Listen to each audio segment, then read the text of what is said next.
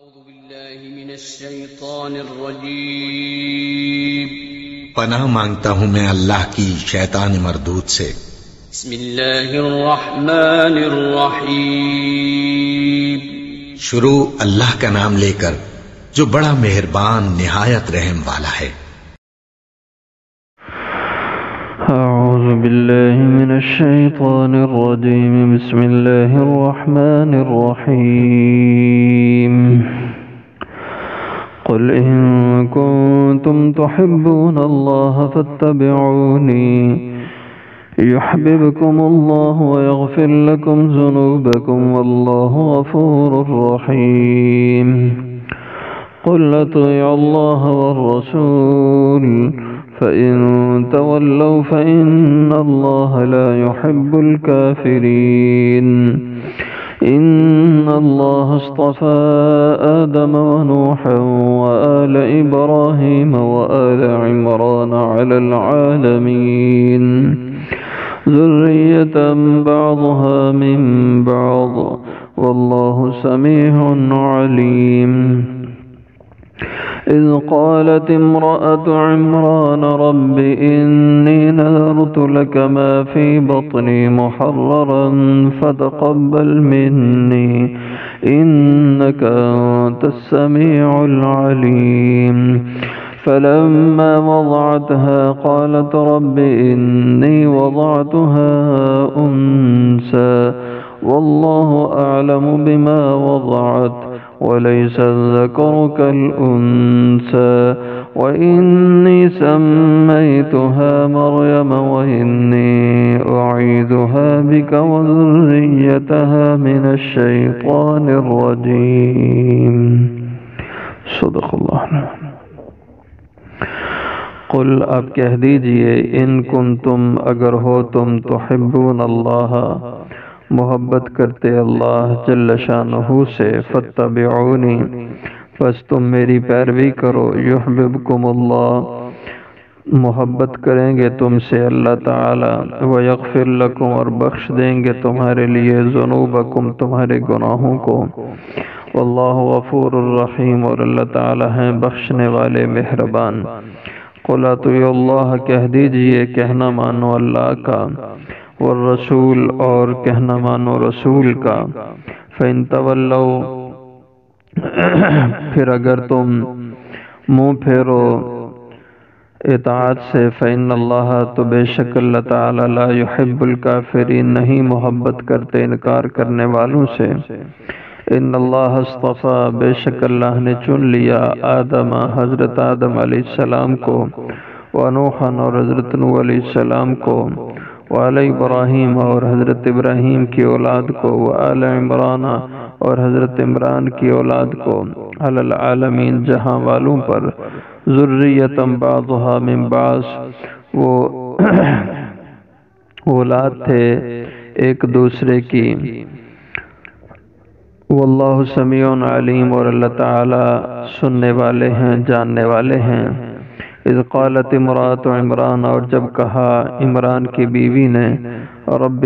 انی اے میرے پروردگار بے شک میں نے نذرت لکا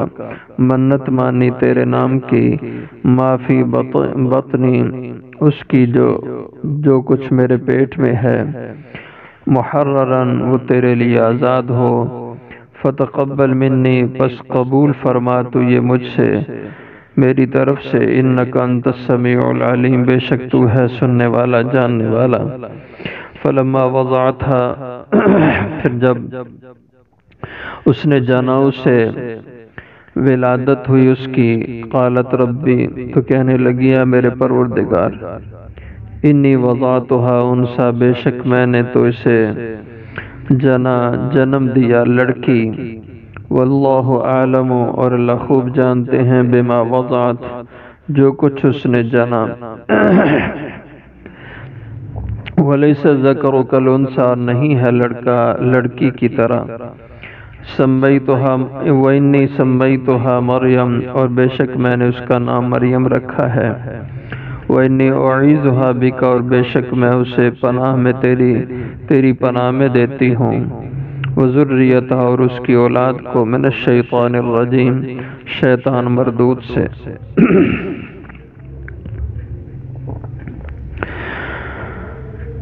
اللہ جل شانہ کی محبت کا یہاں بیان ہے، اور ہر آدمی دنیا میں جو بھی اللہ کی ذات کا قائل ہے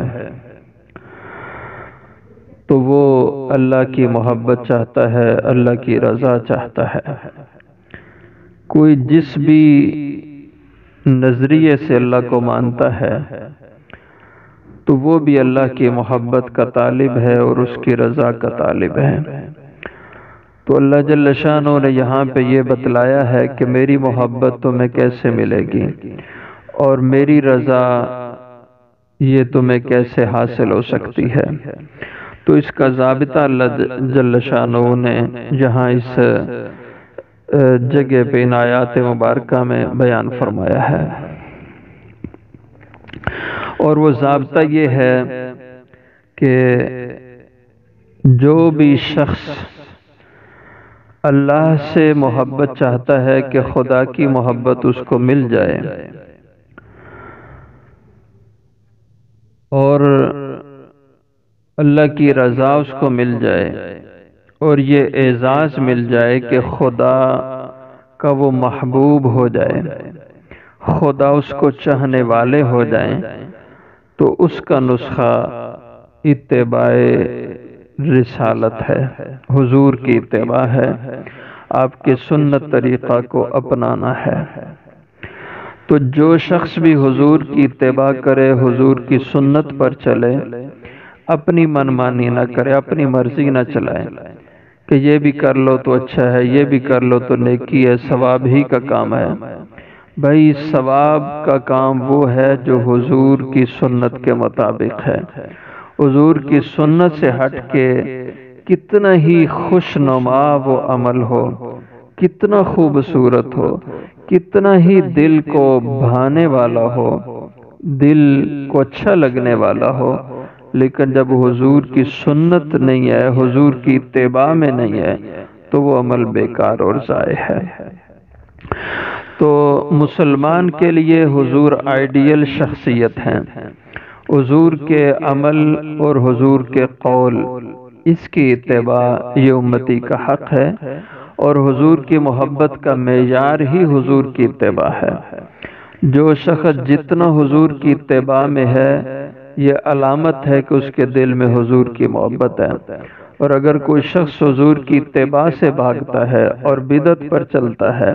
سنت پہ نہیں چلتا، یہ علامت ہے کہ اس کے دل میں حضور کی مطلوبہ محبت نہیں ہے۔ تو اللہ جل شانہ فرماتے ہیں قل اے میرے حبیب ان سے کہہ دیجئے ان کنتم تحبون اللہ، اگر تم اللہ سے محبت کرتے ہو، فاتبعونی، تو پھر اس محبت کا تقاضا یہ ہے کہ تم میری اتباع کرو گے۔ میری اتباع یہ بتلائے گی کہ تم خدا سے محبت کرتے ہو، اور اگر تم اس راستے پہ اپنے کو ڈال لو کہ میری اتباع کی تمہاری زندگی بن جائے، تم جو بھی عمل کرو میری سنت کو دیکھ کر، میری اداؤں کو دیکھ کر، میرے طریقوں کو دیکھ کر کے کرو، تو اس کا نتیجہ کیا نکلے گا؟ یحببکم اللہ، کہ تم سے اللہ محبت کرنے والے ہو جائیں گے۔ تو پہلے کیا تھا؟ تحبون اللہ، تم خدا کے چاہنے والے ہو اور تم خدا کے طالب ہو، تو میری اتباع میں میرے پیچھے پیچھے چلنا شروع کر دو، اور جب تمہیں میرے پیچھے پیچھے چلنا آ جائے گا تو اس کے نتیجے میں اب یہ ہوگا کہ اب خدا تمہیں چاہنے والے ہو جائیں گے۔ یہ بہت بڑے اعزاز کی بات ہے اگر سمجھ آ جائے کہ اب تو میں اور آپ یہ چاہتے ہیں کہ ہم کہتے ہیں کہ ہمیں اللہ سے محبت ہے، ہم خدا کے طالب ہیں، ہم خدا کو پانے والے ہیں، تو اگر ہم میں ہماری زندگیوں میں حضور کی سنت اور آپ کی سنت کی اتباع آ جائے تو اب اس کا الٹ ہو جائے گا کہ خدا ہمارے طالب بن جائیں گے، ہمیں چاہنے والے خدا ہو جائیں گے اور ہم خدا کے محبوب بن جائیں گے۔ یہ بہت بڑا اعزاز ہے کہ کوئی شخص خدا کا محبوب بن جائے اور اس کے محب خدا ہو جائے۔ تو فَاتَّبِعُونِ يُحْبِبْكُمُ اللَّهُ، تو میری اتباع کرو، خدا تم سے محبت کرنے لگ جائیں گے۔ وَيَغْفِرْ لَكُمْ، اور دوسرا اعزاز، بخش دیں گے تمہارے اللہ گناہ۔ وَاللَّهُ غَفُورٌ الرحیم، اور اللہ تعالی ہیں بہت بخشنے والے مہربان۔ قُلْ اطیعوا اللَّهَ وَالرَّسُولَ، کہہ دیجئے کہ اطاعت کرو، کہنا مانو اللہ کا اور اس کے رسول کا، یعنی تمہاری زندگیوں کا مقصد اللہ کی اطاعت ہے اس کے حکموں میں، اور رسول اللہ صلی اللہ علیہ وسلم کی اطاعت ہے آپ کے طریقوں میں۔ فَإِن تَوَلَّوْا، پھر اگر لوگ روگردانی کریں، اس سے اعراض کریں اللہ کی اطاعت سے اور رسول کی اطاعت سے، فَإِنَّ اللَّهَ لا يحب الکافرین، تو بے شک اللہ کو نہیں پسند یہ کفر کرنے والے لوگ۔ تو دیکھیے کتنی بڑی بات ہے کہ خدا کی اطاعت سے نکلنا، رسول کی اطاعت سے نکلنا، یہ قسم کا کفر اس کو قرار دیا کہ اللہ ایسے کافروں کو پسند نہیں کرتے، ایسے منکروں کو اللہ نہیں پسند کرتے۔ اس لیے ہمیں سوچنا چاہیے جو آج ہم اپنی مرضی کا دین بنا رہے ہیں، جیسے من چاہتا ہے ویسے دین کے اعمال گھڑ رہے ہیں، طریقے اپنے اپنے بنا کے رکھے ہوئے ہیں، حضور کی سنت کو فالو نہیں کر رہے، ہم حضور کے طریقے کو فالو نہیں کر رہے، حالانکہ سارا دین حضور کی ذات پہ مکمل ہو چکا ہے۔ نماز، روزہ، جنازہ، جتنے بھی اعمال ہیں سب حضور کی زندگی میں مکمل اپنی شکل میں آ چکے تھے۔ اب حضور کے بعد حضور کے طریقے پہ نہ چلنا، یہ اپنی منمانی دین میں کرنا ہے، اور یہ وہ ادا ہے جس سے اللہ کو ناپسندیدگی ہے۔ فَإِنَّ اللَّهَ لَا يُحِبُّ الْكَافِرِينَ، بے شک اللہ اطاعت سے نکلنے والے لوگوں کو پسند نہیں کرتے۔ ان اللہ اصطفى آدم ونوحا وآل ابراہیم وآل عمران علی العالمین۔ اب اللہ جل شانہ کچھ پہلے حضرات انبیاء علیہ السلام کا تذکرہ فرماتے ہیں کہ وہ کون کون سے بندے ہیں جو اللہ جل شانہ سے خوب محبت کرنے والے تھے اور خدا ان سے محبت کرنے والے تھے۔ تو ان کا اللہ نے ذکر فرمایا، ان اللہ اصطفى آدم، بے شک اللہ نے چنا حضرت آدم کو، حضرت نوح کو اور حضرت ابراہیم علیہ السلام کی اولاد کو۔ حضرت آدم اور حضرت نوح علیہ السلام کے بعد حضرت ابراہیم علیہ السلام تشریف لائے۔ آپ کے 5 بیٹے ہوئے، حضرت اسماعیل، حضرت اسحاق، مدین، مدائن اور قیدار۔ حضرت اسماعیل اور حضرت اسحاق یہ 2 پیغمبر ہوئے، اور باقی نیک صالح بزرگ تھے، مدین، مدائن اور قیدار۔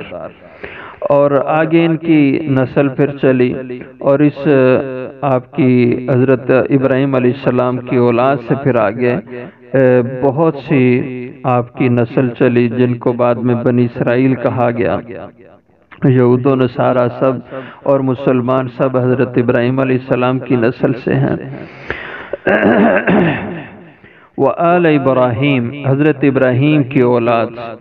وآل عمران، اور حضرت عمران کی اولاد۔ 2 عمران ہیں جو مشہور ہیں، ایک حضرت موسیٰ علیہ السلام کے والد ہیں عمران ابن قیس، اور دوسرے عمران ہیں جو حضرت مریم کے والد ہیں عمران ابن ماسان۔ تو یہاں ذکر حضرت عمران ابن ماسان کا ہے جو حضرت مریم کے والد تھے، اور یہ مسجد اقصی کے امام اور خطیب تھے، اور بہت نیک پارسا آدمی تھے۔ ان کو اللہ نے ایک بیٹا دیا جن کا نام ہارون تھا، وہ جوانی میں فوت ہو گئے، اب ان کی کوئی اولاد نہیں تھی، اور یہ حضرت عمران بڑھاپے میں پہنچ گئے۔ تو ان کی بیوی کو فکر ہوئی کہ اللہ نے ہمیں یہ بڑی عزت بخشی تھی، مسجد اقصی کی خدمت کی، اب اگر خامد دنیا سے چلے گئے، بڑھاپے میں پہنچ گئے، تو پھر یہ اعزاز ہماری اولاد میں نہیں رہے گا، اولاد ہے نہیں۔ تو اسی اثناء میں اللہ نے ان کے گھر میں امید لگائی اولاد کی۔ تو حضرت عمران کی بیوی جن کا نام حنہ بنت فاقوزہ تھا، انہوں نے نظر مانی کہ اللہ تو نے مجھے لڑکا دیا جو میرے پیٹ میں ہے تو میں اس کی نظر مانتی ہوں کہ میں اس کو تیرے گھر کی خدمت کے لیے وقف کر دوں گی۔ آگے اس کا اگلی آیت میں اس کا ذکر آ رہا ہے۔ وعلی عمران، اور چنا اللہ نے حضرت آدم کو، حضرت نوح کو اور حضرت ابراہیم کی اولاد کو، حضرت عمران کی اولاد کو، علی العالمین جہاں والوں پر، ذریۃ بعضھا من بعض، یہ اولاد تھے بعض کی، یعنی حضرت آدم علیہ السلام کی اولاد نوح علیہ السلام، ان کی اولاد ابراہیم علیہ السلام، اور ان کی اولاد اسماعیل، اسحاق وغیرہ، یہ سب ایک دوسرے کی اولاد ہے۔ واللہ سمیع علیم، اور اللہ تعالی سننے والے جاننے والے ہیں۔ اذ قالت امرأۃ عمران، جب کہا عمران کی بیوی نے، حنہ بنت فاقوزہ رحم اللہ، رب انی نذرت لک ما فی بطنی، اے میرے پروردگار بے شک میں نے نظر مانی ہے لکا تیرے لیے، تو اس سے معلوم ہوتا ہے نظر صرف اللہ کے لیے مانگنی چاہیے،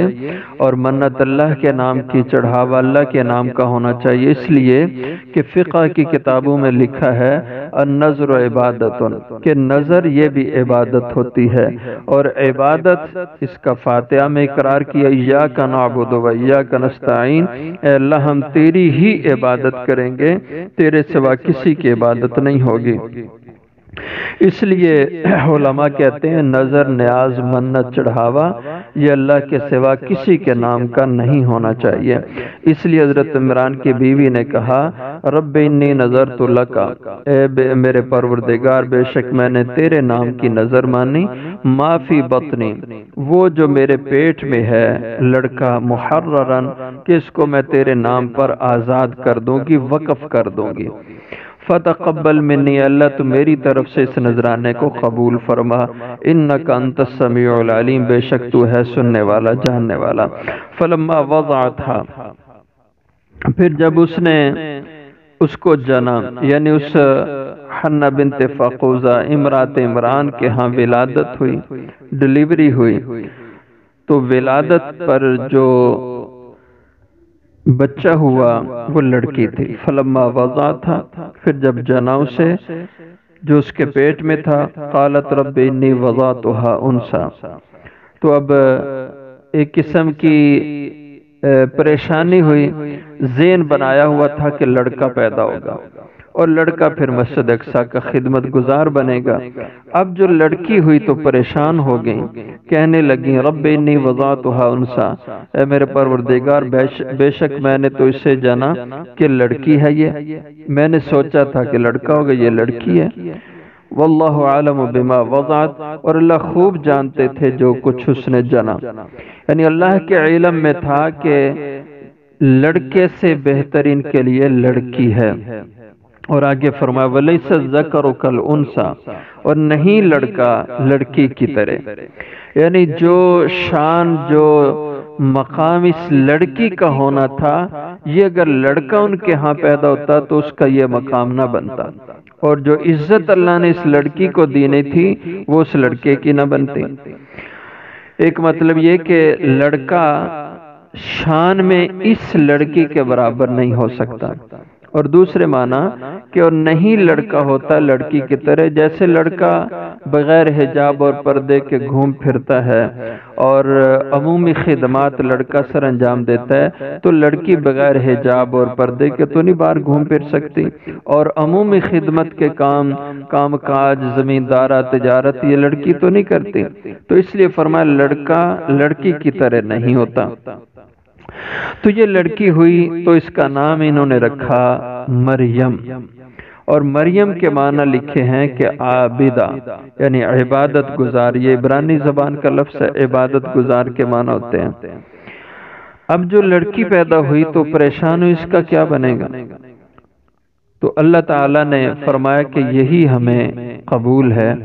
اور اب اس کی پرورش اور کفالت کا معاملہ تھا۔ آگے بیان آتا ہے وَإِنِّي سَمَّيْتُهَا مریم، اور فرمایا کہ بے شک میں نے اس کا نام رکھا ہے مریم، وَإِنِّي أُعِيذُهَا بِكَ، اور بے شک میں اسے اے اللہ تیری پناہ میں دیتی ہوں اس لڑکی کو، وَذُرِّيَّتَهَا، اور اس کی اولاد کو، مِنَ الشَّيْطَانِ الرَّجِيمِ، شیطان مردود سے۔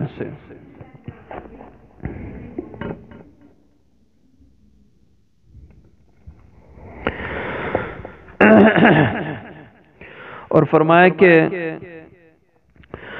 لڑکی پیدا ہوئی اور یہ پریشان ہو گئیں، تو اللہ تعالیٰ نے ان کو حوصلہ دیا اور فرمایا کہ ہمیں علم تھا کہ تیرے ہاں کیا ولادت ہونی ہے، اور ہم نے تجھے اولاد کون سی دینی ہے، لڑکا دینا ہے یا لڑکی دینا ہے، اور یہ دیکھ لینا وَلَيْسَ الذَّكَرُ كَالْأُنثىٰ، تو لڑکی سے پریشان ہے کہ لڑکا ہوتا۔ یہ نہیں تھا کہ وہ لڑکی کو کم تر سمجھتی تھی، جیسے ہم لوگ سمجھتے ہیں لڑکی کو کم تر اس لیے لڑکے کی خواہش ہوتی ہے۔ یہ ایک انسان کی فطرت میں ہے کہ لڑکے کی خواہش انسان کو ہوتی ہے، باقی لڑکی کو حقیر نہیں سمجھنا چاہیے، اگرچہ تبھی چاہت لڑکے کی ہو۔ اور یہ جو حضرت حنا کا تقاضا تبھی تھا کہ لڑکی ہو، یہ محض اس بنا لڑکا ہو محض اس بنا پہ کہ جو کام مطلوب تھا وہ لڑکا کر سکتا تھا، مسجد کی خدمت، امامت، خطابت، یہ کام لڑکی نہیں کر سکتی، اس لیے پریشانی کا اظہار کیا۔ تو اللہ نے فرمایا یہ جو ہم نے لڑکی دی ہے وَلَيْسَ الذَّكَرُ كَالْأُنثىٰ، اس لڑکی جیسا لڑکا نہیں ہو سکتا، یہ عظیم الشان لڑکی ہے، اور اس کا نام وَإِنِّي سَمَّيْتُهَا مریم، اور بے شک میں نے اس کا نام مریم رکھا ہے، اور مریم کے معنی عبادت گزار کے لکھے ہیں۔ یہ بہت نیک ہوئی حضرت مریم، بڑی عبادت گزار تھیں۔ جب پیدا ہوئی تو والدہ نے حنا بنت فقوزہ نے کہا، جو مسجد اقصی کے متولی لوگ تھے، کہ یہ لڑکی اب تم لے لو، میں نے یہ مسجد اقصی کے لیے وقف کی ہے۔ تو ان کی خدمت میں یہ لڑکی کو دے دیا۔ 29 کی تعداد میں لکھا مسجد اقصی کے ایک کمیٹی کے لوگ تھے جن کے ذمہ مختلف خدمات کے کام تھے، ان میں ایک حضرت زکریا علیہ السلام بھی تھے، اور حضرت زکریا کی بیوی وہ عشاع بنت فقوزہ حضرت حنا کی بہن تھی۔ تو حضرت مریم حضرت زکریا کی کفالت میں دے دی گئی، قرآن دازی کی گئی، اور اس قرآن دازی میں حضرت مریم کو حضرت زکریا کی کفالت میں دے دیا۔ تو فرمایا کہ وَإِنِّي أُعِيذُهَا بِكَ وَذُرِّيَّتَهَا مِنَ الشَّيْطَانِ الرَّجِيمِ۔